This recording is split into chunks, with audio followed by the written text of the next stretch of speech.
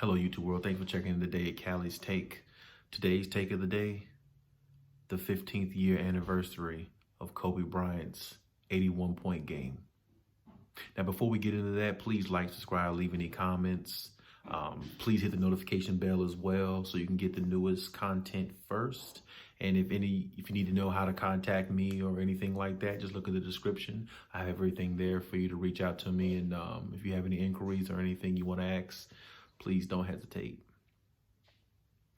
Now let's just get right into it. Sitting there thinking about Kobe Bryant. When I think about Kobe, I think about one of the greatest players ever played this game.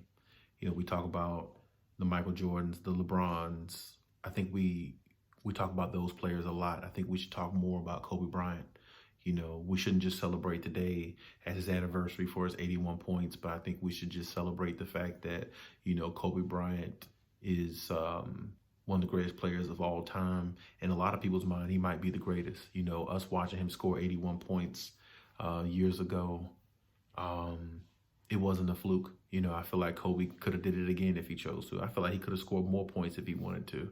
But in the wake of that situation, just what happened to Kobe and, you know, his daughter Gigi was just sad for us to endure or go through or be a part of as the basketball world and just as the world in general, you know. But when I think of Kobe, I think of somebody who was relentless.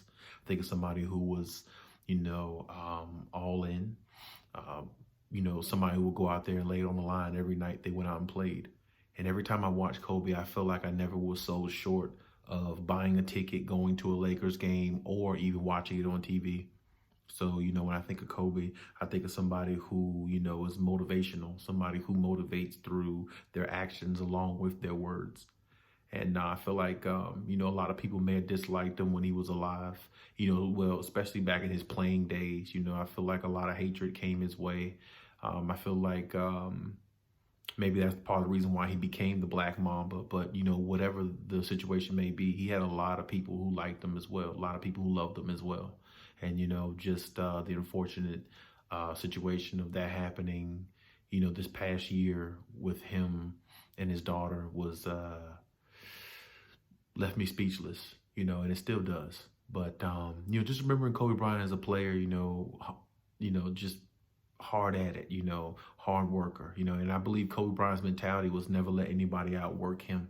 And I feel like that's the way you got to be in every profession you're in life. You know, I feel like you have to be that way. I feel like you have to understand those things. I feel like you have to know those type of things, you know, to get ahead. And, you know, Kobe had that mentality. And I feel like his mentality, just if everybody took that page out of his book, you know, I feel like a lot more people in the world would be successful, and they would see the residuals in life that they feel like they want or they should receive.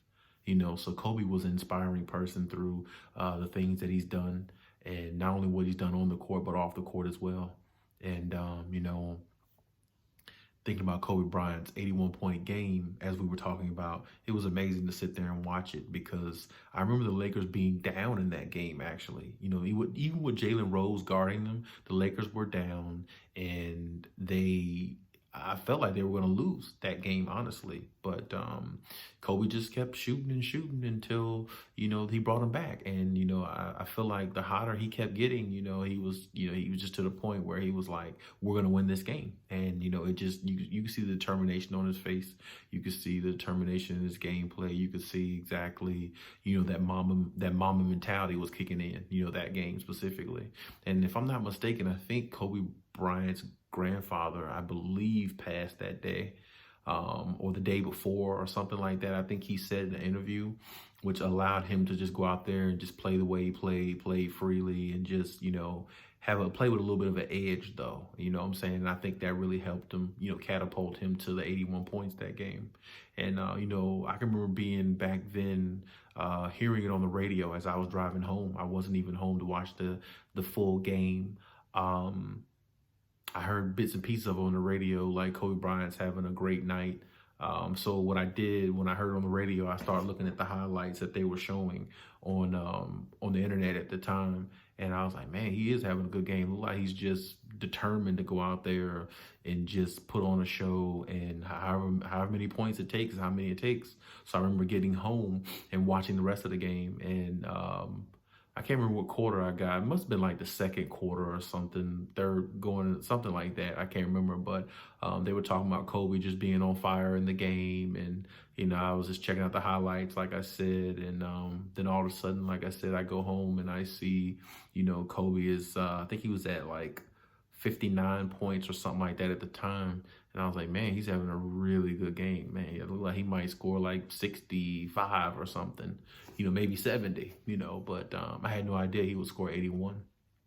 But to be honest, the Lakers needed every bit of it to win that game, because they were down most of the time, so they really couldn't get anything going as a team. But Kobe was just so on fire. I think that's what helped them, get over the hump. But, I could talk about Kobe Bryant, pretty much all day. 'Cause like I said, he was one of my favorite players. But when you have, favorite players like that, and just see him go out the way Kobe did, it really was a tragic thing. Like I said before, I guess I can't state it enough, but at the same time, like I said, Kobe definitely, this day shouldn't only be celebrated because he scored 81 points and it's the 15th year anniversary. This day should just be celebrated. We should just celebrate Kobe in general. The good things he was doing before he left this earth, and trying to motivate and push people and raise his family, his daughters, and take care of his family was definitely something that, we should look at and cherish, and find the beauty in that, so.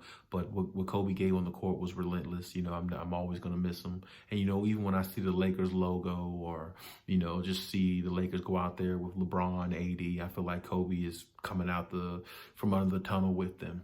And I feel like he was definitely with them last year when they won the championship. So it was only right that they win the championship based upon what had happened, and, all that stuff. It was only right they won that championship for themselves and for Kobe and the fam. So I thought that was really great by the Lakers. I don't think nobody should hate on that specifically. But, like I said, today is a celebration of Kobe, and I'm glad he has these moments where we can celebrate his greatness, because he had plenty of great times, great moments. And this was just one of his great moments that he had. He's had plenty of them. He had plenty of game-winning shots, won many championships, and was at the forefront as the best player in the league for years. So you definitely can't, abandon that. And I can tell you, there's a lot of people, just growing up, remembering a lot of people used to love Kobe Bryant or they loved him, and there's a lot of people that loved this game. There was a lot of people who hated him, a lot of people who didn't like, him in his game, but at the same time, Kobe was definitely a controversial, figure. What I'm saying? He really was, in the public's eye, a good person, and or at least to a lot of people, he was a good person. And I feel like he even got more of that gratitude, once he retired from basketball. Because I think when he was playing, he was so adamant about being the best. I feel like he overlooked the fact of, or didn't care about whether people liked him, or, tried to be a likable guy. I think he really didn't pay attention or care about that, because he wanted to be the best, and he was driven by that. I mean, his ultimate idol was Michael Jordan. He pretty much mimicked his game 99% around Michael Jordan. So you could tell that's exactly like, who he wanted to be, or like partition to be like, playing and implementing it in his game. And he did that, he did that very well. And he did it to the highest bidder, the highest power. Because I haven't seen a player come along, play like Jordan. I mean, we got Kawhi Leonard a little bit, but not much, Kobe was like the closest, so no doubt.